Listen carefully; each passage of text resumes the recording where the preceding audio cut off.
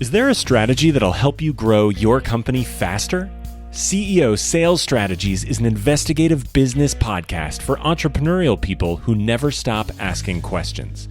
Highly acclaimed sales revenue growth expert Doug C. Brown interviews CEOs, business owners, and professionals who serve them to uncover and share actionable tips and methods behind their bulletproof sales strategies. Topics covered on the show include their failures, struggles, secrets, and processes that help them succeed in selling millions to billions of dollars of their products and services, all with the sole aim of helping you grow your business. If you are eager to know the most effective sales secrets from the A players of the game, then the CEO Sales Strategies podcast is certainly the place to be.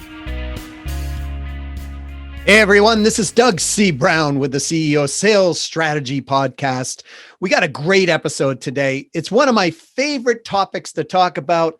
It's one of those things that business owners just don't want to deal with most of the time, but it's so critical to their business. And that is running your business by the numbers. And in this case, the financial numbers. And we have Brooke Lively coming on. She owns a company called Cathedral Capital. And she's out of Fort Worth, Texas. And she has, for the better term, it's a fractional CFO business. So in other words, look, if you've been looking for a professional who understands finance and understands business and how to integrate that through your company to anchor the numbers and have the company anchored by numbers, you don't necessarily need to go out and hire a full-time chief financial officer and go through all of the headaches that could be associated with that.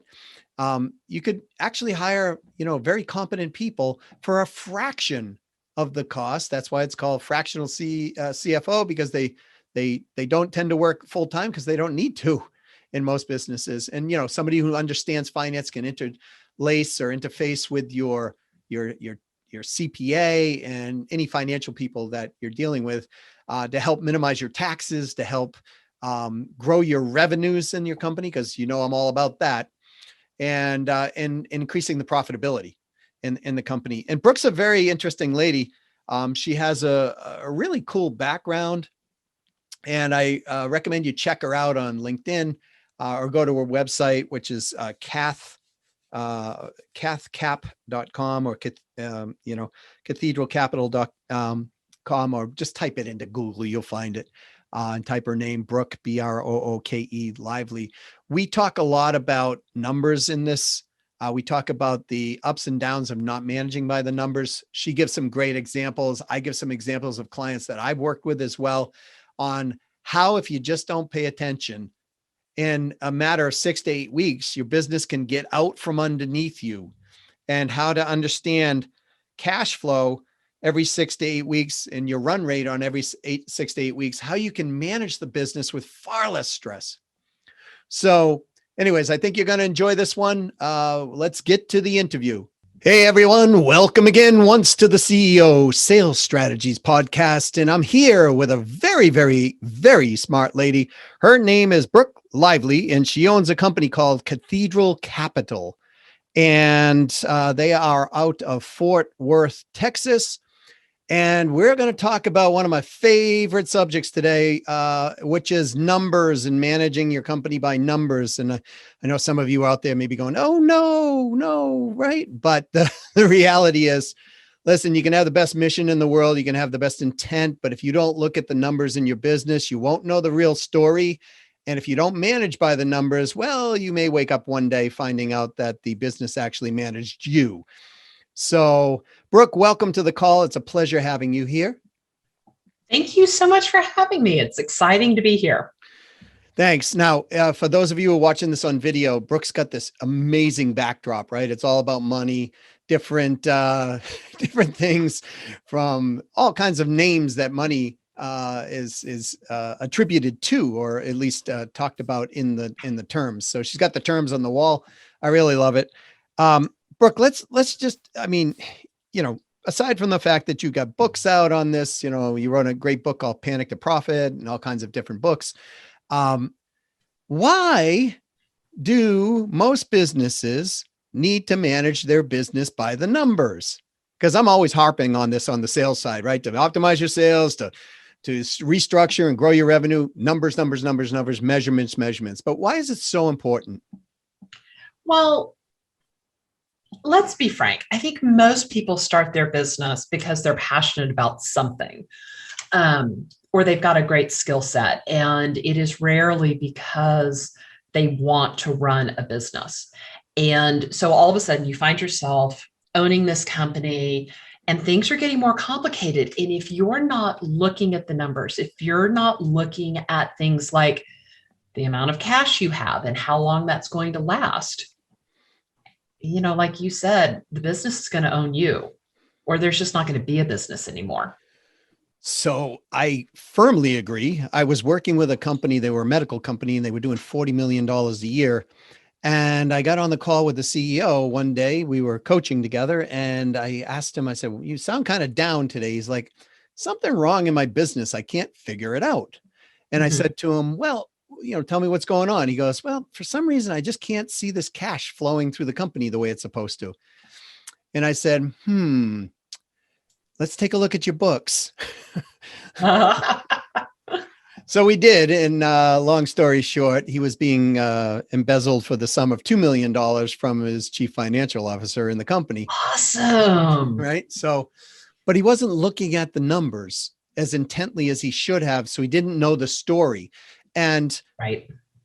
Do you find if people look at the numbers, because I find this, do you find if people look at the numbers that they catch the story a lot earlier? And so instead of a $2 million loss that was happening, it might have only been a $200,000 loss or a $20,000 loss?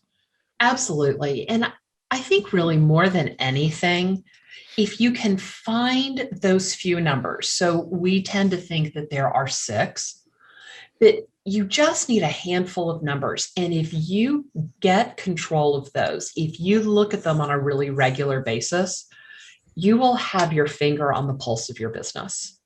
And you'll be able to know as things are coming up when something's off kilter. So that's not a big number, 6, folks, right?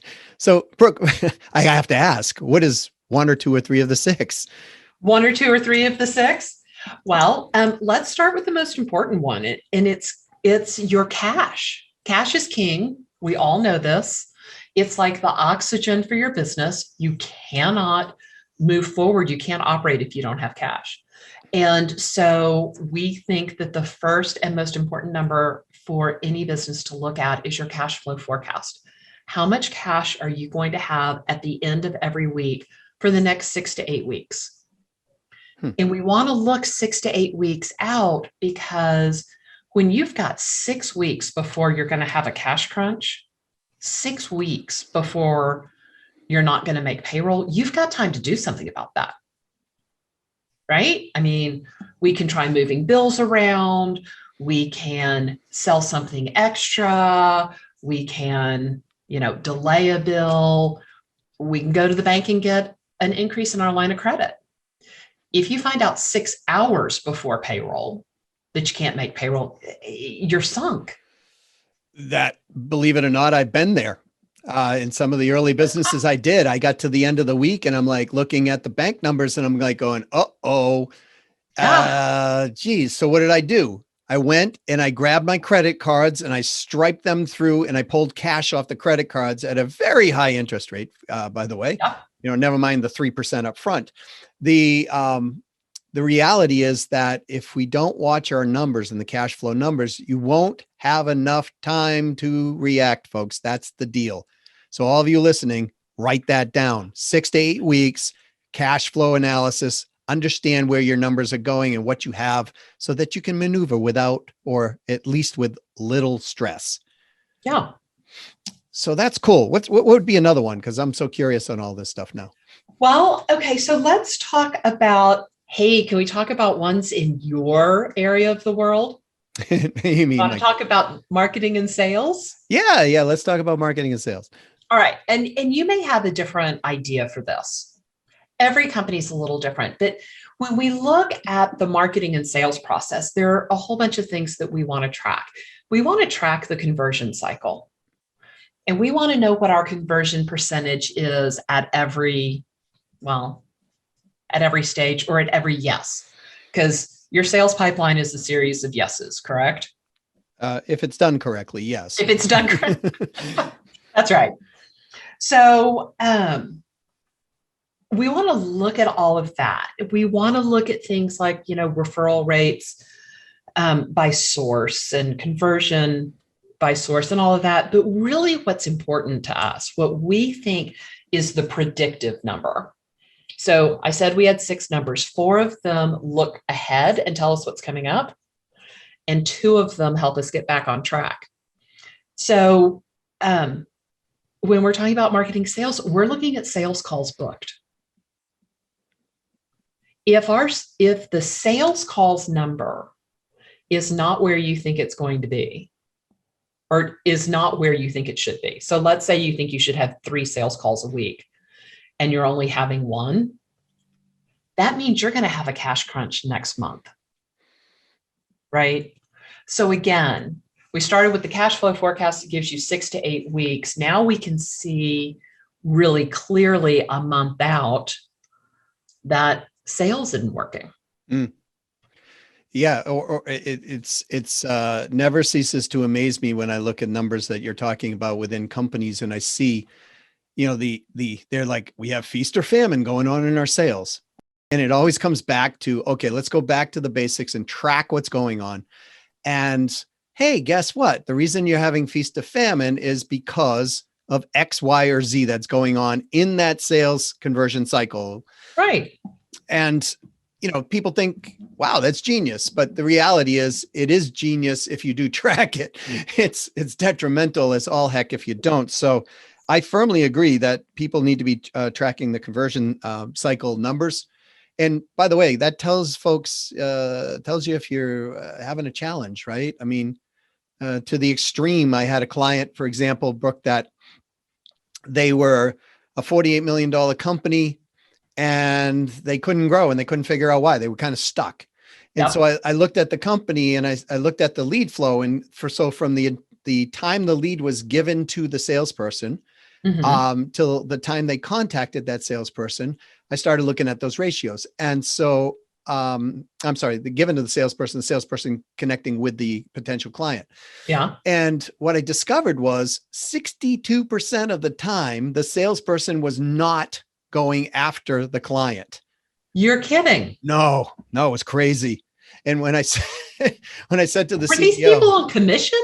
They were on commission, but the challenge was the company was producing so many leads that the people, they couldn't even begin to cover them all. They couldn't begin to cover them all. So what were they doing? They were cherry picking the easiest fruit off the tree, right? Yeah. And they were letting all this go by. I do the same thing, right? As a sales professional, you want to make money. Yes. Yeah. Move the easy ones through. Don't work the hard ones. But to your point, it would not have been caught without looking at the sales or the conversion cycle of the sales. Yeah. So ratios tell people stories. And so when I went back to the CEO, I said, hey, look, got some bad news, got some good news. What do you want to hear? Right?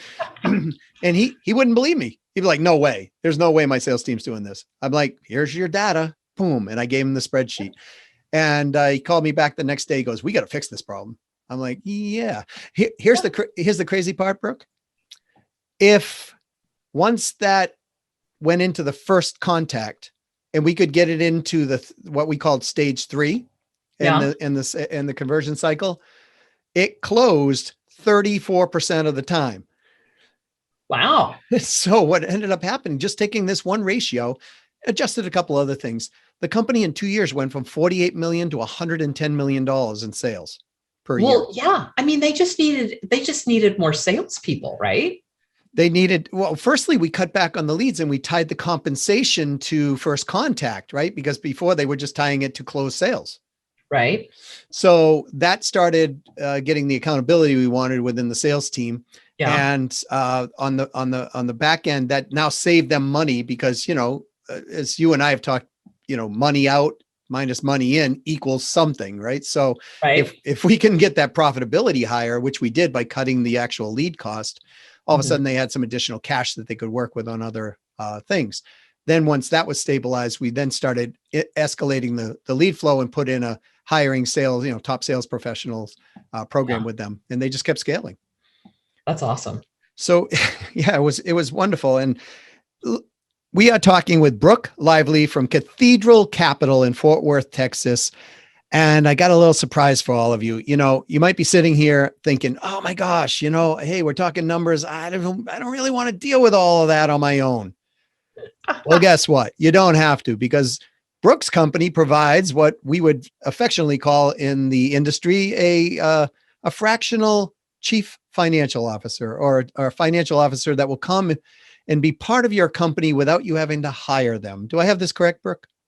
It is. So our theory is that most companies, there are a lot of companies out there that need the strategic help that a CFO could give them, but they can't afford to pay $150,000 a year to have that person on staff. They don't need them 40 hours a week. They just need them a few hours a week. Yep. So that's what we do. We give you the few hours a week that you need to really grow and scale your company.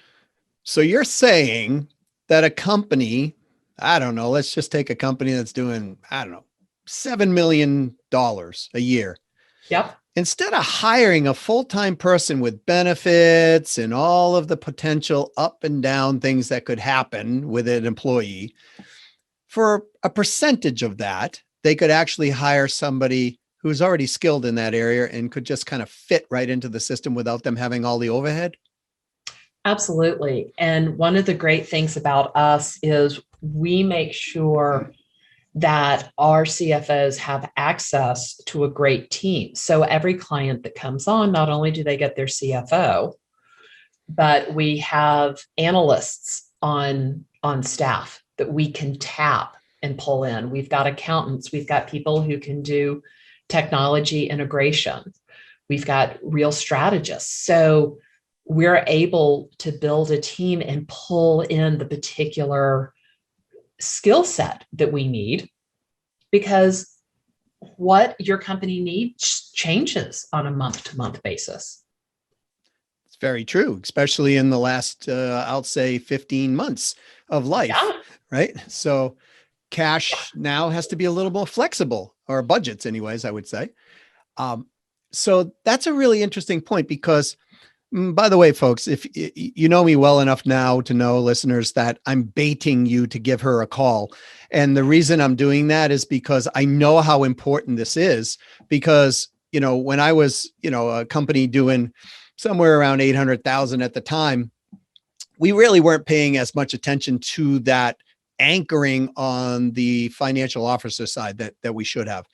And then one day I got a call, and it was in late November, and it said to me, hey, guess what? You got to spend about another $200,000, or you're going to have to come up with another $150,000 in taxes, because we were growing that year. And I'm like, guys, this is like November 18th or something. How am I going to spend $200,000? Right. So, but if I had been watching things from a 6 to 8 week basis, I could have seen this coming. And and if you had been working with a CFO who talked to your tax accountant kind of quarterly or every 4 months, then we would have been all year long pulling aside the money for the taxes. Because let me tell you, Doug, we would much rather you pay taxes than you buy stuff you don't need just to get rid of profit. Right. Right. But see, the thing is if one's not paying attention and they've invested a lot in, say, software projects and things like I did, and I needed more write-offs at the end of that because I was building to scale the business at that point. I got it stabilized. Right. What ended up happening was I wasn't clear enough on the numbers. So I invested a lot of money in, but I didn't have the tax money to actually pay at the end of the year. So I had to figure out how to reduce that down or come up with additional money. And always when I get, when I got into that situation, I know the key is you got to sell your way out of it, or you got to do something, in the capacity of what you do and get professionals to help you. So I did both. Yeah. and I did fare okay. Instead it still was an awful conversation in November, wasn't it? Yeah. I mean, listen, I don't have hair now, and that's part of the reason I don't, because of the Did you stress pull it all of out from that? So I'm a big proponent for businesses, and it doesn't matter what size business you are at. I mean, if you're doing $1 million or you're doing, $15 million, if you're not paying attention to this, and I can tell you, horror story after horror story, just what I discover on my side, for people who aren't watching their numbers, if you're not doing this, you're actually losing money, and you just don't realize that you're losing money because you're not able to take care of either the tax benefit or ways to lower your taxes. So it might put the company and the owner in a higher tax bracket, for example. They may not be structured right. That's what I've learned. There's all kinds of things, but the bottom line is you're bleeding money if you don't have a chief financial officer looking over your books. And it's not that much money, really, when it comes down to it, because it's really an immediate ROI, probably year one, at least from what I noticed. Oh, yeah. We usually, when we come into a company, we can make a change in the first couple of months that pays for us. Really?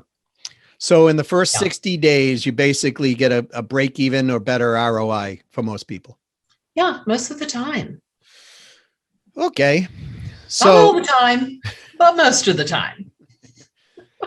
I always figure it this way. Do we want to give it to the government, or do we want to give it to something else that we really want to give it to? Right. So it's so excellent. So you had written a book. You've written several books, and they're really good. So I recommend people go out and get your book for sure. I always like to get this in early. Brooke, you were going to give away a gift to our audience. And would you tell them what it is? I am happy to do that. So, the first number we talked about today was your cash flow. How much cash are you going to have at the end of every week for the next 6 to 8 weeks? And a lot of people are like, I don't know how to do that. Well, QuickBooks says they have this cash flow that it spits out. Let me tell you, that thing is a piece of junk. Do not try to use the cash flow forecast in QuickBooks. It's going to be a spreadsheet, and we have built a spreadsheet that I'm happy to give away to anybody that wants it. If they go to cathcap.com, CATHCAP.com/CEO cash flow, you can download one, and it's got all the instructions on how to use it. Go get it now. It's simple. It's easy. All the formulas are baked in. Yeah. Everybody knows that I'm passionate about this who listens to this podcast, right? They know I'm passionate about the numbers, because the reality is that, I always say business is easy is once you remove the people. And right, so that is, I really think that's what people struggle with more than anything else, is how to manage, teach, build up their team. Right. Yeah. Right. But if they're not looking at their numbers, if they don't know what the clear numbers of the numbers really are, if you will, then, they go out and they do things like, well, I'll hire this person. It's not, they'll overcompensate them because they think they have this cash here. Right. My gosh. Can I tell you a story about that? Please. So I met this guy, and he was a great guy. He was doing about $800,000 a year. And he's like, okay, Brooke, now I've really staffed up because we're going to hit $1 million this year. And I'm like, okay, fabulous. Totally support that. We work with a ton of companies on the Inc. 5000 list. We love fast growing companies. So he starts talking to me about his team, and I go through and I start making notes. And all of a sudden I figured out, Doug, he had $2 million worth of people. He had enough people on his staff. So we work with a ton of service-based businesses. They don't have inventory per se. They have billable hours from their staff. He had $2 million worth of billable hours from his team. And he told me he was staffed up to do $1 million. Let me tell you, I cut half his staff. Yep. He's like, wait, why were they all telling me they were so busy? I was like, because you weren't holding them accountable for anything. They were sitting in their office, binge watching Netflix. Yeah. Did you think they were going to complain about the sweet deal they had? So we fired half his team and he made a profit that very next month. Talk about paying for yourself. Yeah. Well, I mean, look, this is the power of looking at the numbers. This is the power of understanding the story behind the numbers. And I so am constantly on top of people that I work with, or people who ask me about, what are your numbers? Let's look at your numbers, because I can tell whether they're going to grow or not just by the fact, can they show me the numbers? Yeah. Right. And as you said, with a particular software product that's putting out a cash flow process, it's not really that clear or robust. But that's not their, even though it's a primary business, it's not their primary business, right? They're selling software for service, but you got to pay attention, guys. Brooke, great story. Yeah, I'll share one back. This might make you laugh too. I talked to a gentleman. He grew from $3 million to $17 million in 1 year. He was growing in this year. And he called me and he was in a panic. And I said, well, what's going on? He said, I can't figure this out, but I think we're probably 60 to 90 days out of business. Oh my gosh. And I said to him, I said, well, did you buy, new, they installed utility poles. And so I'm like, did you buy a bunch of new trucks and all this other stuff? And no, not really that. I just can't figure this out. He's like, I'm looking at the checkbook and the bank accounts and I don't see the money. I'm like, okay, let's look at your books. And so be a common theme with you. You're like, there are these things, they're called books. Let's look at them. Exactly. And they have things in there called numbers. And, and I'm a sales revenue growth expert. I'm not a number crunching guy. I'm not that guy, right? You put a spreadsheet in front of me. I go, okay, I'll look at it, but I want somebody to interpret it for me. And that's where a lot of owners get in trouble, because they won't take the time to actually understand what the numbers mean. So I look through the numbers and I go, whoa. He goes, what? I said, I see $11 million uncollected over 180 days. Oh. And he goes, what are you talking about? I said, right here. Right? Right here on your balance sheet. Right. So then I asked him the question, and this is why I'm saying use a professional, ladies and gentlemen, and others, because I asked him a question. I said, who's doing your books? He said, oh, it's a friend of my daughter's. I said, who's collecting your money? Oh, it's the same person. So we ended up putting somebody similar to yourself, because I didn't know you then, but similar to yourself in that position, and they cleaned it up. They collected the money within 90 days. The clients literally were saying, I have been trying to send a check to you, but I couldn't get a clear answer on where to send it to. It was crazy. Oh, right. So they're in business today. They're doing fine. And, and they watch their numbers, but this is where, if they had you or your company and the people in your company, this never would have happened. We wouldn't have been $11 million in before someone discovered it. Never. It's so, again, we're talking with Brooke Lively from Cathedral Capital in Fort Worth, Texas. Brooke, how can people get a hold of you or a hold of your company? So fast and easy way, go to cathcap.com, CATHCAP.com. And you can get us there. You can email me, Brooke at cathcap.com. I'm fabulously responsive on email. You got the numbers. We'll put those in the show notes too, all the letters and numbers there. I was going to say, you want actual numbers? I guess our phone number, I can give that out. No one ever calls it. It's 817-338-1011. That's exactly what I was looking for, because some people of my age bracket sometimes prefer to call phone still. It's rare, but they do. My children say, Dad, no one uses a phone anymore over 40. Right. Under 40. They don't use 40. A phone. They don't use a phone.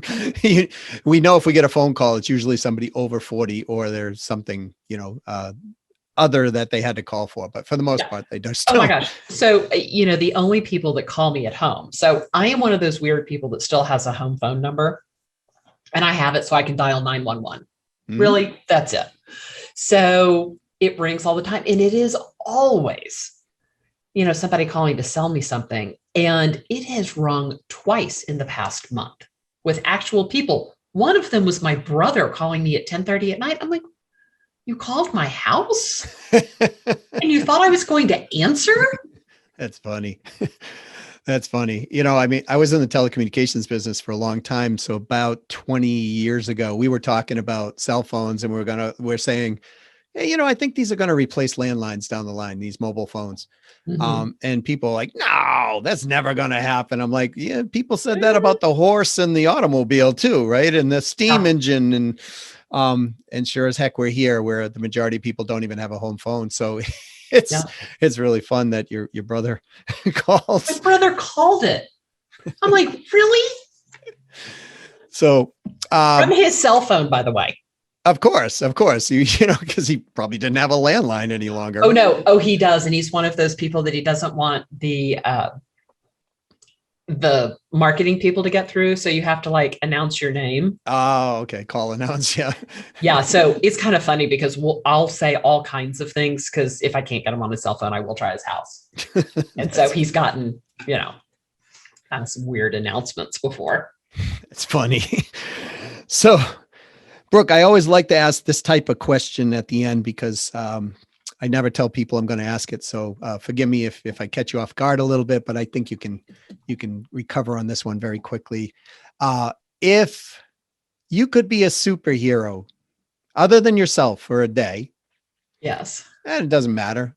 Past, present, you could pick somebody and you could be that person. Who would that be? And what would you do to better the world today? All right. So I'm the daughter of an attorney. I'm the sister of an attorney. I'm the niece of an attorney. We're going to have to lawyer this up for a minute. We're going to have to ask some clarifying questions. So would you be?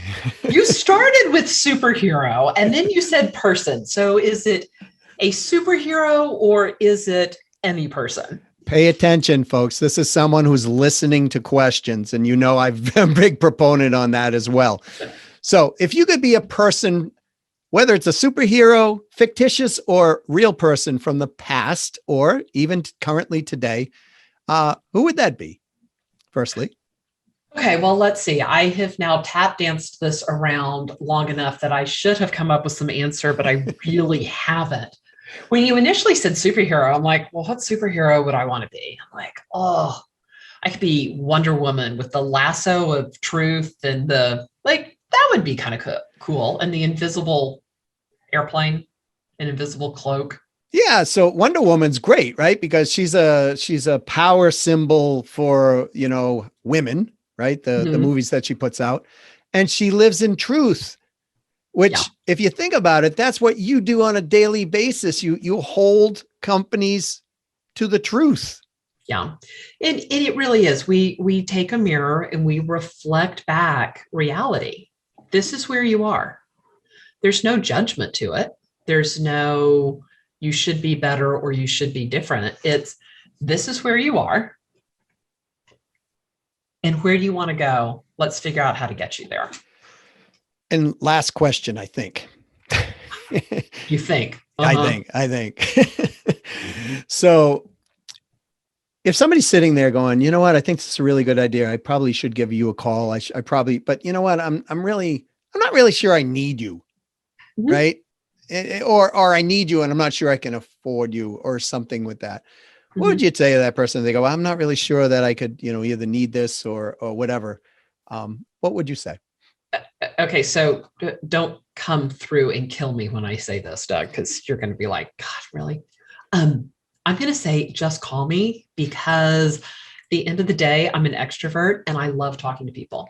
And there are a ton of people that have called me over the years that either haven't been big enough for us to work with, it didn't make sense, or really just had one small problem. I've had people call me and they're like, we absolutely have to hire you.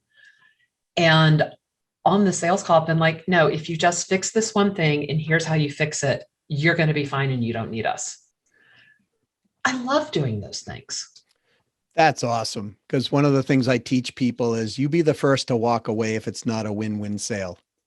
Yeah, And that's living in truth again. it is. We live in a lot of truth around here. So yeah, so call. If nothing else, I'm kind of fun to chat to. That's awesome. So Brooke, can I ask you for the phone number one more time? Yeah, you and the phone number. You want my digits? Yeah, I want your digits. All right. My phone number is 817-338-1011. There you go, folks. Give it a call. Go to the show notes. You'll have the information in there as well. Brooke, I really appreciate you being here. I know this is such an important topic to all businesses of all sizes, especially if they don't have a financial officer in place today, or even if they have one and they're thinking, hey, maybe we could, widen the profitability by hiring and going fractional. Give her a call, folks. And thank you for being here. This has been a wonderful interview, and I really appreciate you being here. Well, thanks for having me. It's been fun. Hey, that was a great episode, right? This is Doug C. Brown with the CEO Sales Strategy Podcast. And we were just talking with Brooke Lively from Cathedral Capital. Go get that cash flow forecast from her. It's, cathcap.com, cathcap.com/CEO cash flow. And run the numbers. See what you come up with. It never ceases to amaze me that, a lot of businesses, whether they're growing or they're stuck or they're declining, when I look at the flow of what's going on in their conversion cycle, as Brooke called it, I call it the overall customer journey. And we measure metrics and we look through all of these things. It's amazing what you can optimize and how much untapped revenue and profit is sitting there for a company. And when you do this on not only on the sales side, but you do this on the financial side, you also find that same thing happens. You can optimize things. You find cash flow you never thought you had. You find cash reserves or opportunities to basically take cash and reinvest it wisely into other parts of the business to grow it. So go download the cash flow forecast and have at it, guys. If you want to talk to somebody about having a fractional chief financial officer at your company, give them a call, give Brooke a call, and they'll be happy to give you an honest and very truthful assessment of whether or not it's right for you or not. So as always, if you enjoyed this podcast, please go up and give it a 5-star review. And if you have topics that you'd like me to cover in this podcast, because I'm here for you, then just let me know what the topics are. Please comment. Please send me an email, at doug@businesssuccessfactors.com, or at least give me a call at 603-595-0303. Once again, this is Doug with the CEO Sales Strategy Podcast. Make it a great day and to your success.